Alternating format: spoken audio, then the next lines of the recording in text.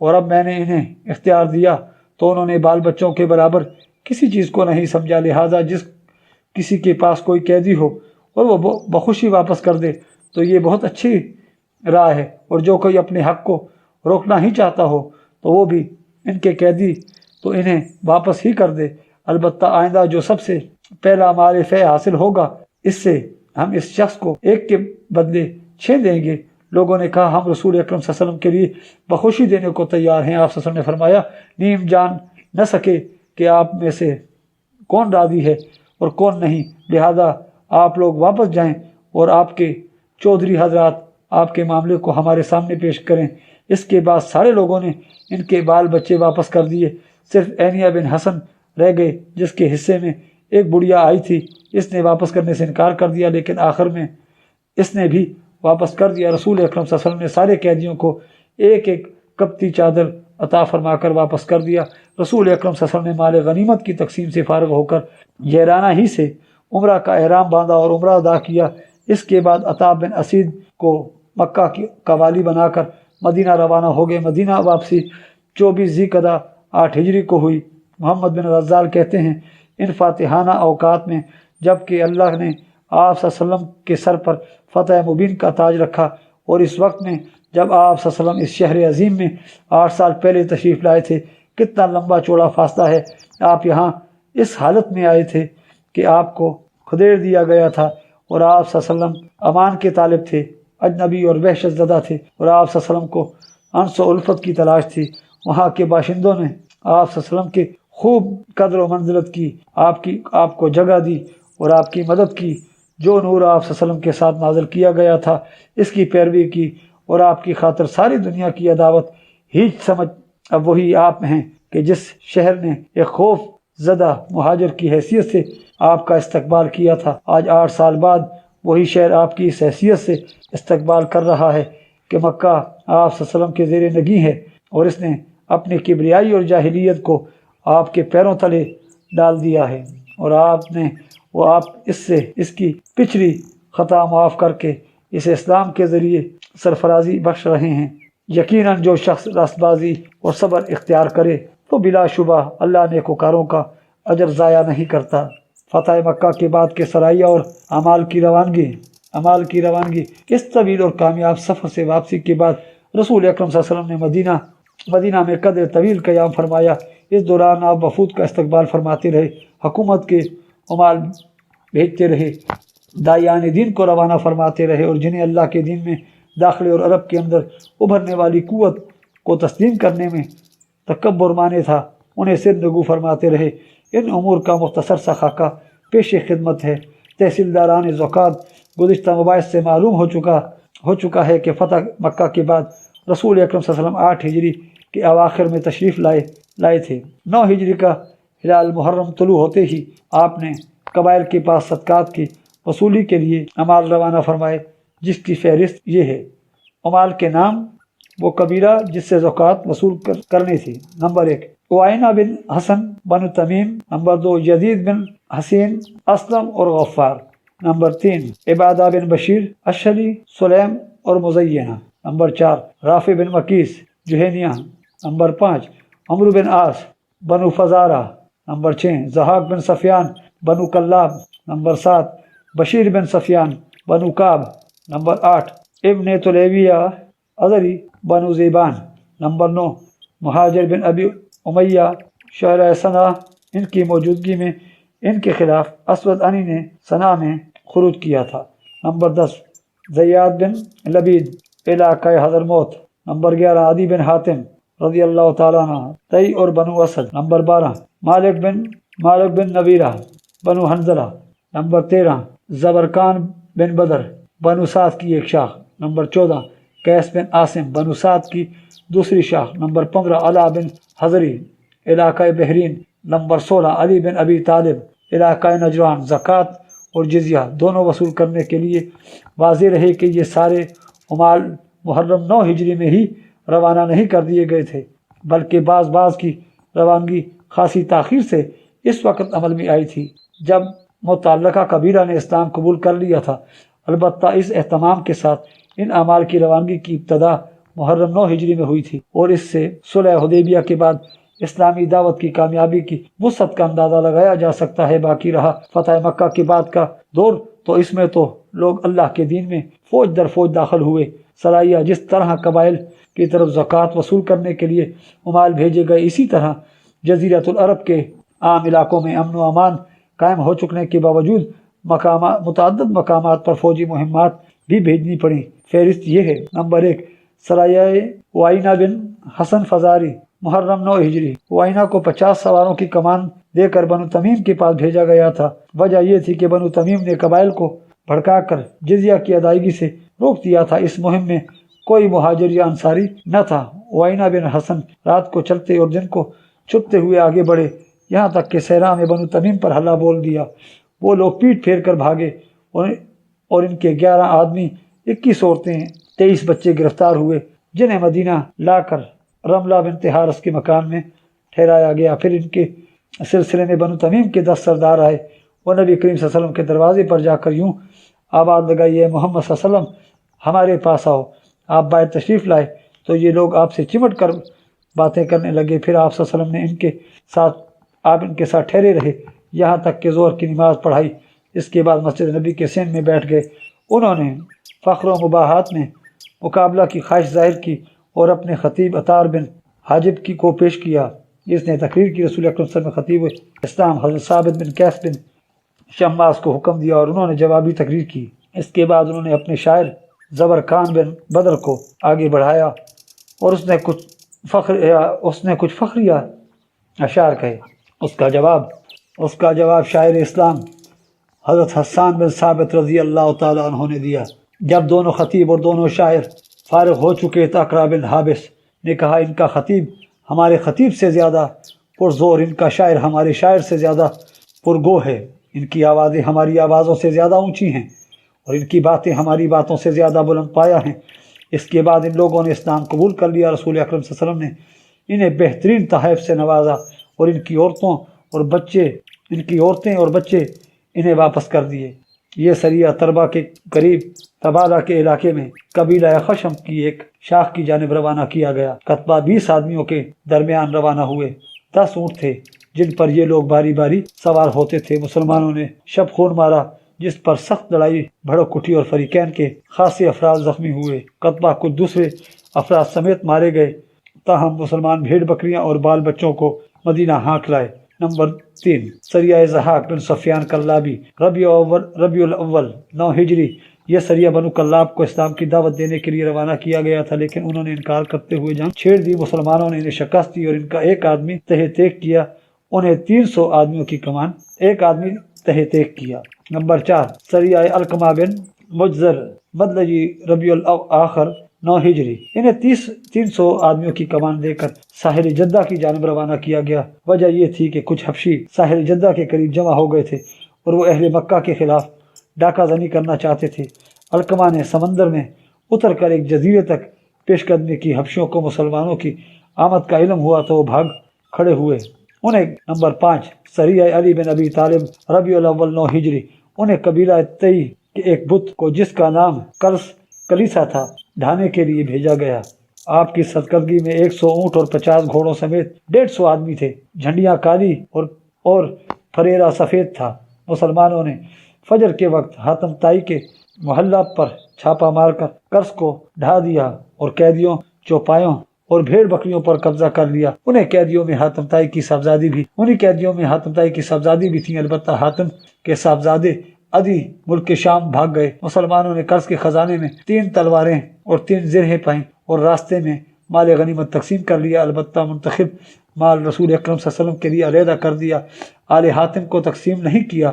مدینہ پہنچے تو حاتم کی صاحبزادی نے رسول اکرم صلی اللہ علیہ وسلم سے رحم کی درخواست کرتے ہوئے عرض کیا: یا رسول اللہ صلی اللہ علیہ وسلم، یہاں جو آ سکتا تھا لاپتہ ہے، والد گزر چکے ہیں اور میں بڑھیا ہوں، خدمت کرنے کی طاقت نہیں رکھتی، آپ مجھ پر احسان کیجیے، اللہ آپ پر احسان کرے گا۔ آپ صلی اللہ علیہ وسلم نے دریافت فرمایا: تمہارے لیے کون آ سکتا تھا؟ بولی: عدی بن حاتم۔ فرمایا: وہی جو اللہ اور رسول سے بھاگا ہے۔ پھر آپ صلی اللہ علیہ وسلم کے آگے بڑھ گئے۔ دوسرے دن اس نے پھر یہی بات دہرائی اور آپ صلی اللہ علیہ وسلم نے پھر وہی فرمایا جو کل فرمایا تھا۔ تیسرے دن پھر اس نے وہی بات کہی تو آپ صلی اللہ علیہ وسلم نے احسان فرماتے ہوئے اسے آزاد کر دیا۔ اس وقت آپ کے بازو میں ایک صحابی تھے، غالباً حضرت علی رضی اللہ تعالیٰ عنہ۔ انہوں نے کہا آپ صلی اللہ علیہ وسلم سے سواری کا بھی سوال کرو۔ اس نے سواری کا سوال کیا تو آپ نے سواری فراہم کرنے کا بھی حکم صادر فرما دیا۔ حاتم کی صاحبزادی لوٹ کر اپنے بھائی عدی کے پاس ملک شام گئی۔ جب ان سے ملاقات ہوئی تو انہیں رسول اکرم صلی اللہ علیہ وسلم کے بارے میں بتلایا کہ آپ نے ایسا کارنامہ سر انجام دیا ہے کہ تمہارے باپ بھی ایسا نہیں کر سکتے تھے۔ ان کے پاس رغبت یا خوف کے ساتھ جاؤ۔ چنانچہ عدی کسی امان یا تحریر کے بغیر آپ کی خدمت میں حاضر ہو گئے۔ آپ صلی اللہ علیہ وسلم انہیں اپنے گھر لے گئے اور جب وہ سامنے بیٹھے تو آپ صلی اللہ علیہ وسلم نے اللہ کی حمد و ثنا کی، پھر فرمایا تم کس چیز سے بھاگ رہے ہو؟ کیا لا الہ الا اللہ کہنے سے بھاگ رہے ہو؟ اگر ایسا ہے تو بتاؤ کیا تمہیں اللہ کے سوا کسی اور معبود کا علم ہے؟ انہوں نے کہا نہیں۔ پھر آپ نے کچھ دیر گفتگو کی، اس کے بعد فرمایا اچھا تم اس سے بھاگتے ہو کہ اللہ اکبر کہا جائے، تو کیا تم اللہ ہی سے بڑی کوئی دیگر گفتگو کی اللہ سے بڑی کوئی چیز جانتے ہو؟ انہوں نے کہا نہیں۔ آپ نے فرمایا سنو، یہود پر اللہ کے غضب کی مار ہے اور نصارہ گمراہ ہیں۔ انہوں نے کہا تو میں ایک رخا مسلمان ہوں۔ یہ سن کر رسول اکرم صلی اللہ علیہ وسلم کا چہرہ فرط مسرت سے دمک اٹھا۔ اس کے بعد آپ صلی اللہ علیہ وسلم کے حکم سے انہیں ایک انصاری کے ہاں ٹھہرا دیا گیا اور وہ صبح و شام آپ صلی اللہ علیہ وسلم کی خدمت میں حاضر ہوتے رہے۔ ابن اسحاق نے حضرت علی سے یہ بھی روایت کی ہے کہ جب نبی کریم صلی اللہ علیہ وسلم نے انہیں اپنے سامنے اپنے گھر میں بٹھایا تو فرمایا او عدی بن حاتم، تم کیا کوسی نہ تھے؟ عدی کہتے ہیں کہ میں نے کہا کیوں نہیں؟ آپ صلی اللہ علیہ وسلم نے فرمایا کیا تم اپنی قوم میں مال غنیمت کا چوتھائی لینے پر عمل پیرا نہیں تھے؟ میں نے کہا کیوں نہیں؟ آپ نے فرمایا حالانکہ یہ تمہارے دین میں حلال نہیں۔ میں نے کہا ہاں قسم بخدا، اور اسی سے میں نے جان لیا کہ واقعی آپ صلی اللہ علیہ وسلم اللہ کے بھیجے ہوئے رسول ہیں، کیونکہ آپ وہ بات جانتے ہیں جو جانی نہیں جاتی۔ مسند احمد کی روایت ہے کہ نبی کریم صلی اللہ علیہ وسلم نے فرمایا اے عدی اسلام لاؤ سلامت رہو گے۔ میں نے کہا میں تو خود ایک دین کا ماننے والا ہوں۔ آپ نے فرمایا میں تمہارا دین تم سے بہتر طور پر جانتا ہوں۔ میں نے کہا آپ صلی اللہ علیہ وسلم میرا دین بھی مجھ سے بہتر جانتے ہیں۔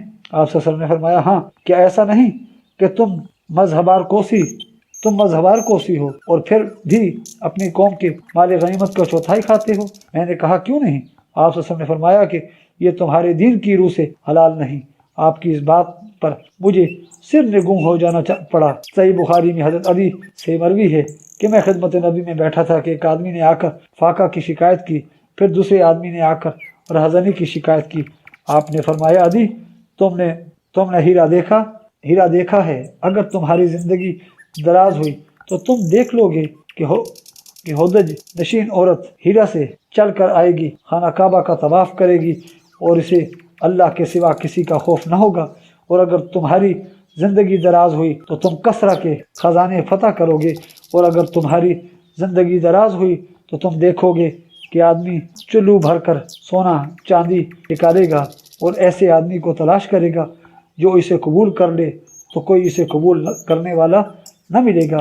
اس روایت کی اخیر میں حضرت علی کا بیان ہے کہ میں نے دیکھا کہ ہودج نشین عورت ہیرا سے چل کر خانہ کعبہ کا طواف کرتی ہے اور اسے اللہ کے سوا کسی کا خوف نہیں، اور میں خود ان لوگوں میں تھا جنہوں نے کسرا بن ہرمز کے خزانے فتح کیے۔ اور اگر تم لوگوں کی زندگی دراز ہوئی تو تم لوگ وہ چیز بھی دیکھ لو گے جو نبی ابو قاسم صلی اللہ علیہ وسلم نے فرمائی تھی کہ آدمی چلو بھر سونا یا چاندی نکالے گا۔ وآخر دعوانا الحمدللہ رب العالمین۔ ہماری آج کی ایپیسوڈ اس کے ساتھ اختتام پذیر ہوتی ہے۔ ملتے ہیں انشاءاللہ اگلی ایپیسوڈ میں۔ آپ ہماری ویڈیو کو لائک کیجئے، چینل کو سبسکرائب کیجئے، کمنٹس میں اپنی قیمتی آراء سے آگاہ کیجئے۔ اللہ حافظ۔